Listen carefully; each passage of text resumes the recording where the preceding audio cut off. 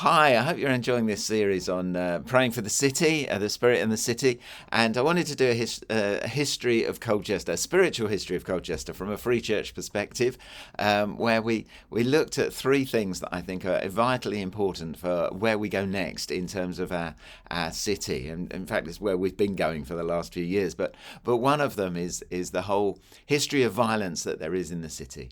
How we can be people of peace, people who follow the Prince of Peace, how we can be peacemakers. And it would be good to talk about that, what that means in families, what it means in streets and in our companies and in the environment in the city, what it means to our attitude to different people, to folk in the army and all of that. How can we be peacemakers to change our history of violence? How can we be people who work well with other churches, and you might have a few interesting thoughts on that, but I just think it's tragic the way that Christians have killed each other in Colchester, how believers in God have sought to draw the line so strongly that those outside that line are heretic and then must be burnt.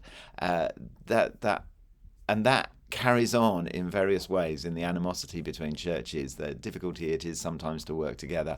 Now, we're in a better place than we were. We're in a better place than many other towns and cities across the nation. But let's pray, let's work towards doing stuff together for the sake of the kingdom here in the city. And then worship.